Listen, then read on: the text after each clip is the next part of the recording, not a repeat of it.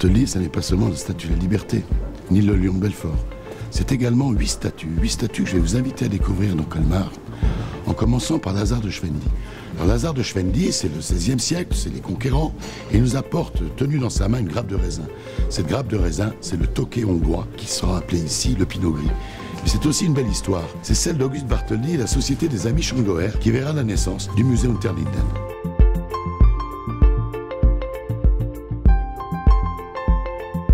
Alors là, nous allons au marché couvert. Le marché couvert, c'est la Laure, la petite Venise. C'est aussi là où tous les aliments arrivaient par barque dans la ville de Colmar. Bartholdi était épicurien, il aimait les bons vins, les bons cigares, il possédait même quelques vignes. Et pour illustrer le marché couvert, il choisit une petite sculpture qui représente un vigneron, un jeune vigneron, qui tient dans ses bras le loyala. Le loyala, ce petit tonneau en bois qui sert à le désaltérer quand il travaille dans les vignes. C'est une réplique, l'original, vous pourrez la voir au musée Bartholdi si vous nous rendez visite.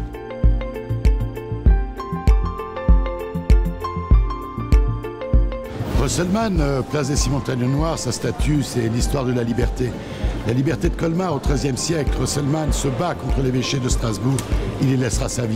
Et Bartholdi va illustrer son visage par celle de Paillerimov, un autre révolutionnaire qui, en 1870, s'est battu pour la liberté de Colmar.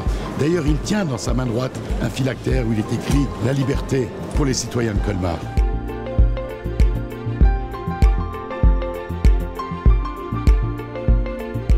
Petit clin d'œil à l'industrie alsacienne colmarienne.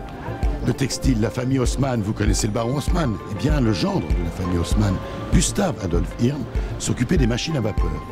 Ça l'a rendu physicien, scientifique, un homme extraordinaire qui déposa de nombreux brevets, dont notamment le moteur thermique. Et on lui doit une science qui s'appelle la tribologie. Et chaque année, il existe un prix, Gustav Adolf Hirn, qui est décerné à la meilleure thèse concernant la tribologie.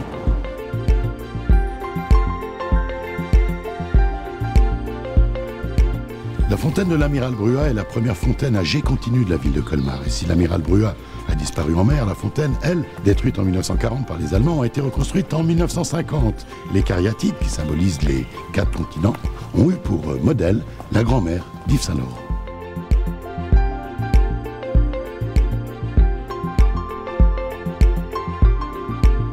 La statue du général Rapp est pour moi l'œuvre majeure d'Auguste Bartholdi.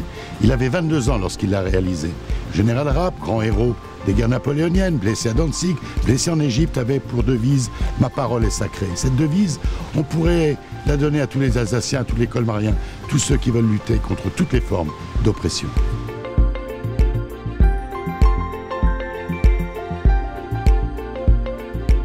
Alors nous allons terminer cette visite de Colmar à travers les œuvres de Bartholdi par la Maison des Têtes. La Maison des Têtes, la maison aux 106 visages, est surmontée par un truculent tonnelier.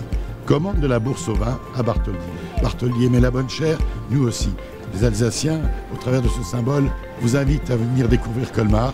Je vous dis à bientôt et j'espère que cette promenade vous a plu. Au revoir.